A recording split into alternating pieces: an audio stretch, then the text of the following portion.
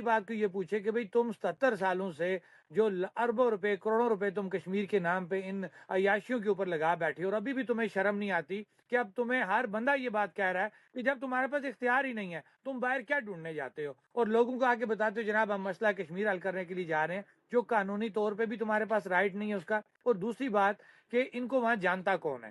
یہ ان کو تو جانتا ہی کوئی نہیں ہے۔ اور میں تو آپ جو بات کر رہے ہیں جی کہ ٹرمپ بقول ان کے کہ ٹرمپ ان کو ناشتے پہ بلا رہا ہے، پھر تو میرے خیال سے جناب ہمیں تو یہ جب واپس آئے نا ہمیں ان کے ہاتھ چومنے پڑیں گے کہ جناب یہ ٹرمپ سے مل کے آئے ہیں۔ وہ شرم آنی چاہیے ان کو، کیا یہ ڈرامہ بازی کر رہے ہیں؟ میں تو یہ کہوں گا ہمارے جو اوورسیز وہاں پہ بیرون ملک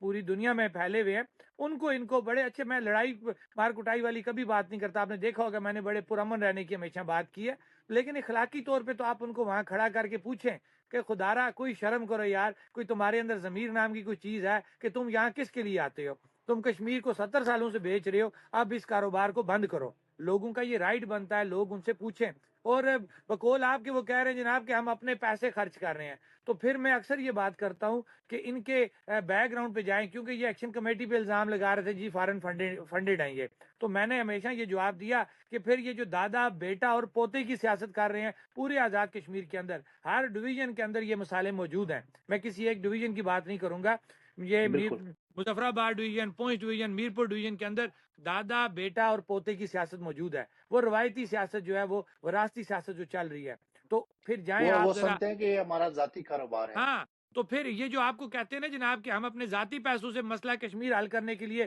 یا یورپ میں آئے ہیں، تو ذرا ان کے بیک گراؤنڈ پہ جائیں، دیکھیں یہ کتنے بڑے وہ امیر کبیر تھے یا ان کی کتنی بڑی جائیدادیں تھیں۔ یہ 20-25 سال پیچھے جانا، زیادہ پیچھے بھی نہیں جانا، 20-25 سالوں میں پتہ لگ جائے گا کہ ان کی پہلے کیا حیثیت تھی، اور اب جب یہ اقتدار میں آئے ہیں تو اب ان کی کیا حیثیت بن گئی ہے۔